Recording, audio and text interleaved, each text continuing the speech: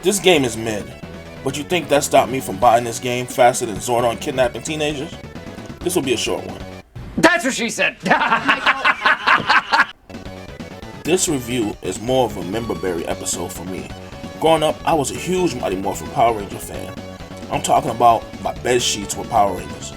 I'm talking I used to mimic Power Rangers while watching Power Rangers. I'm talking I kicked JR in the nuts in a fight. Wait, that one might have been because of Teenage Mutant Ninja Turtles. Either way, JR, I apologize.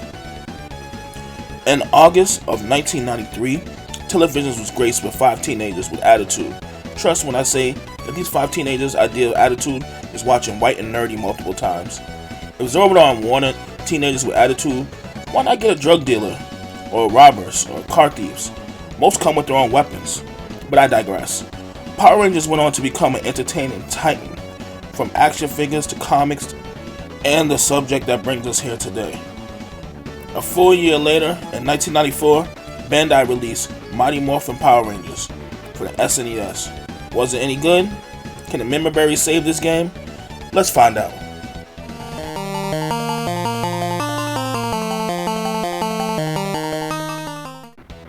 Raise your hand if you didn't watch Power Rangers. Yeah, show us all who didn't have a childhood. Now that we got that I was too old when Power Rangers came out, now we got them out of here, let's talk about it. I'm pretty sure you're all aware of the story, so I will give a quick rundown. Aliens from space are released from their prison and decide to conquer Earth, and the only thing that stands in their way are 5 teenagers endowed with the power to morph into prehistoric and ice age animals, increasing durability, strength, and speed. And if that's not enough, they can summon said creatures to combine into metal megazords. This is all in the hands of teenagers, by the way. That's some nasty work, Zordon. Mighty Morphin Power Rangers starts off pretty much like an episode of the TV show. Monsters attack Angel Grove, teenagers are dispersed. But one problem, gameplay is single player, making it feel smaller in my head. I imagine the Power Rangers split up to handle each situation simultaneously. Bandai released many versions titled Mighty Morphin Power Rangers on various platforms, mostly different on each system. I really only played the SNES version. The Sega Genesis versions, which were completely different. Maybe in the future I will do a video on that, the Sega Genesis version, if I get enough likes. The year is 1994, Illmatic just dropped, Michael Jordan just played his last baseball game, and O.J. Simpson showed us how to get away with murder. I'd like to send a special shout out to my homeboy, O.J. Simpson. Keep up the good work, baby. 2 less we got to worry about.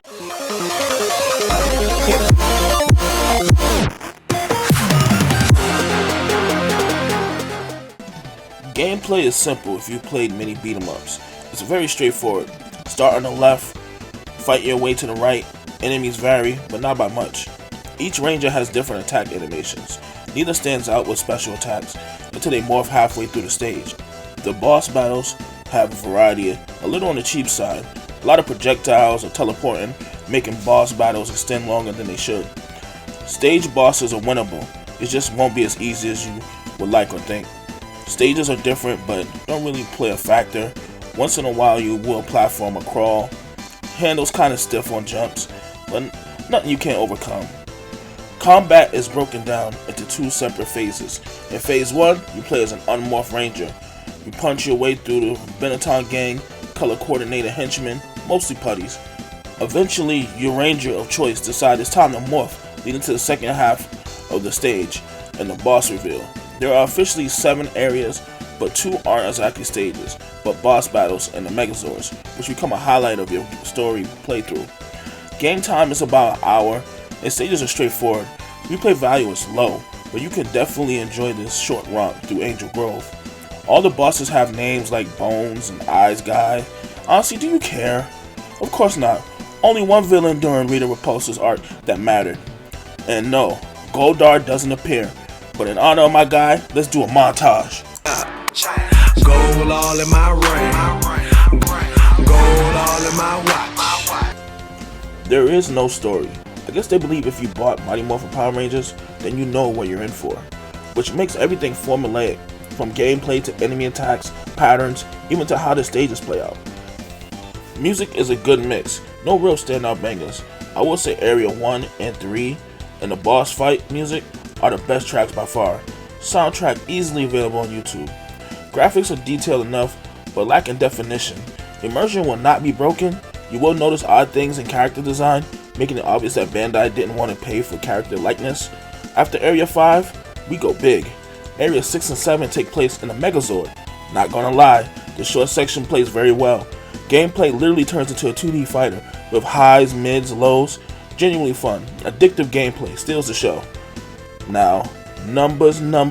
Anyone seen those numbers?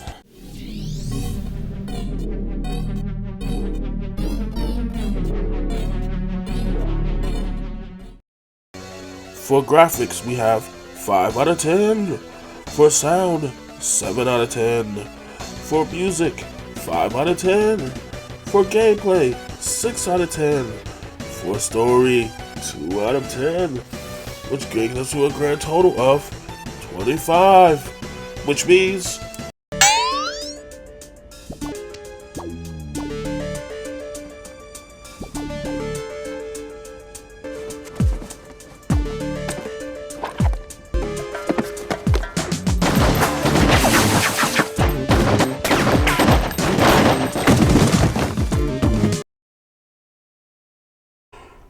remember, the scores are just for fun.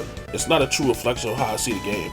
I feel there was a great potential in this SNES port, but whether it was developers rushing or them just wanting to cash in with minimal effort, the game lacks variety. And it is too formulaic. While this is only knowledgeable in multiple playthroughs, it would have helped to have more power-ups that temporarily brought in another ranger, or maybe allow for switching rangers during stages. The game came out 1 year after the television show, so they had the ability to add everyone's favorite ranger, the Green Ranger, but nope. In fact, I believe they were using the Thunder Megazords at the time. The game definitely feels unfinished. It doesn't feature my guy Goldar, and Rita wasn't in the final battle at all. In summation, I enjoyed Mighty Morphing Power Rangers. It works fine as a beat 'em up. Controls are easy, responsive, a little stiff on the platforming. Bosses are cheap but manageable. I will have to recommend to pass on this game, unless you enjoy beat 'em ups. But honestly, go play Streets of Rage, Final Fight. They do everything this game does and better. Except if you're trying to fight with Megazords. If so, I got first player.